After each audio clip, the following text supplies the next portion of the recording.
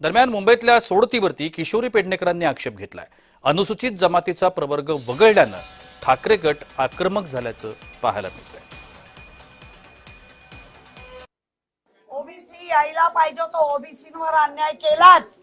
तोपर्यंत निवडणूक व्हायच्या आधी शेड्यूल कास्ट किती असायला पाहिजे, आता त्यांनी नियम बनवला शेड्यूल कास्ट शेड्यूल ट्राइब 3 असायला पाहिजे, मगच म्हणजे तुम्ही जाणून बुजून शेड्यूल ट्राइबचे आमच्याकडे 2 उमेदवार आहे तिथे तुमचा बृहन्मुंबईमध्ये तिथे तुमचा हा नियम लागतो।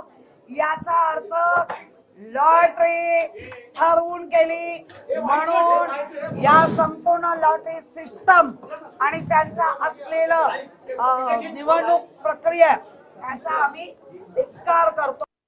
आता आम्ही आमच्या पक्षाशी बोलो, पण या चॅलेंज मध्ये सत्ताधाऱ्यांच्या माइंडेडला बघून काढलेली लॉटरी सिस्टम आहे याचा आम्ही धिक्कार करतो। या लोकांनी ओबीसीवर अन्याय केलाय, या लोकांनी अनुसूचित जाती जमाती भटक्या जमातींवर पण अन्याय केलाय। मुंबईमध्ये तुम्ही कोण ठरवणार आहे?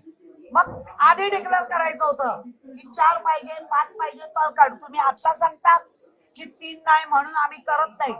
मग 2 तर आहेत ना, काढायची होती।